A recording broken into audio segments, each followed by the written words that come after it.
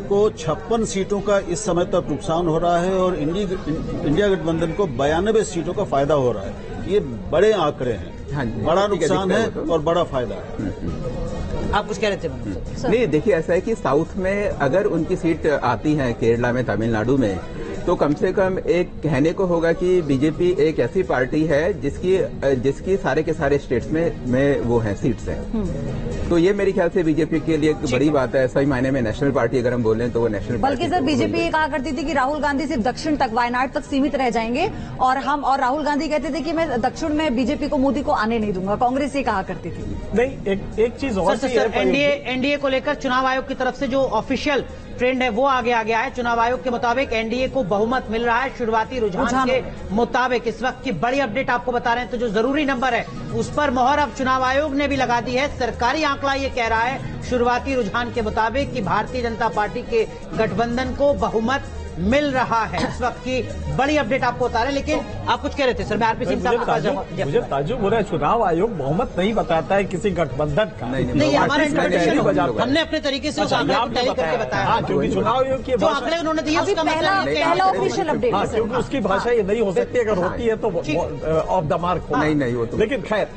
अब यहाँ पे अगर आप देखिए तो ठीक है, सरकार तो बनाएगी, लेकिन जो मोदी का ऑरा होता था, मोदी के ऑरा जिसमें माना जाता कि मोदी इनविंसिबल है, ये खत्म हो जाएगा। और ये खत्म होगा तो जो हार्ड डिसीजंस लेते थे, जो सरकार के लिए अचानक उन्होंने कहा नोटबंदी, तो नोटबंदी हो गया। अचानक उन्होंने तमाम चीजें ली। इकोनॉमिक पॉलिसीज है, उसमें भी मोदी को दिक्कत आएगी क्योंकि जो फॉर्मेट है गवर्नेंस का वो बिल्कुल डिफरेंट है। तो लिहाजा अगर आप 250 पे रुक जाते हैं बीजेपी और उनको मोहताज होना पड़ता है एलाइज का, तब फिर मोदी को हार्ड डिसीजन लेने में दिक्कत होगी। लेकिन क्या वाकई ऐसा होगा सर? मतलब वो चेहरा, वो लीडरशिप जिसके दम पर बीजेपी आज देश के आधे से ज्यादा राज्यों में सत्ता में है, जहां जीतते हैं वहां बीजेपी के नाम, मोदी के नाम पर ही जीतते हैं। वो पॉलिटिकल पार्टी का वो चेहरा जो 2 बार से लोकसभा चुनाव जीत रहा है, रिकॉर्ड बना रहा है, ध्वस्त बना रहा है, वो चेहरा जो अभी भी बहुमत के नजदीक है, मतलब इंडिया गठबंधन के मुकाबले, क्या वाकई ऐसा हो जाएगा रातों रात कि सर फैसले लेने में दिक्कत आएगी? नहीं, अगर आप डिपेंडेंट हो गए, भाई 2 चीजें होती है ना, इनविंसिबिलिटी से अचानक होगा कि नहीं भाई ये भी हम ही लोगों की तरह है।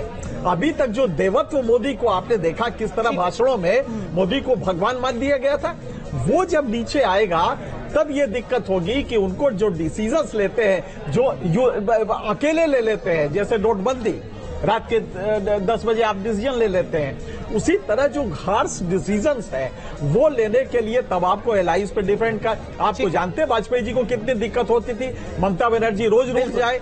तो ये चीजें मोदी को अगर फेस करनी पड़ेगी तो गवर्नेंस मुश्किल हो जाएगा उनके लिए।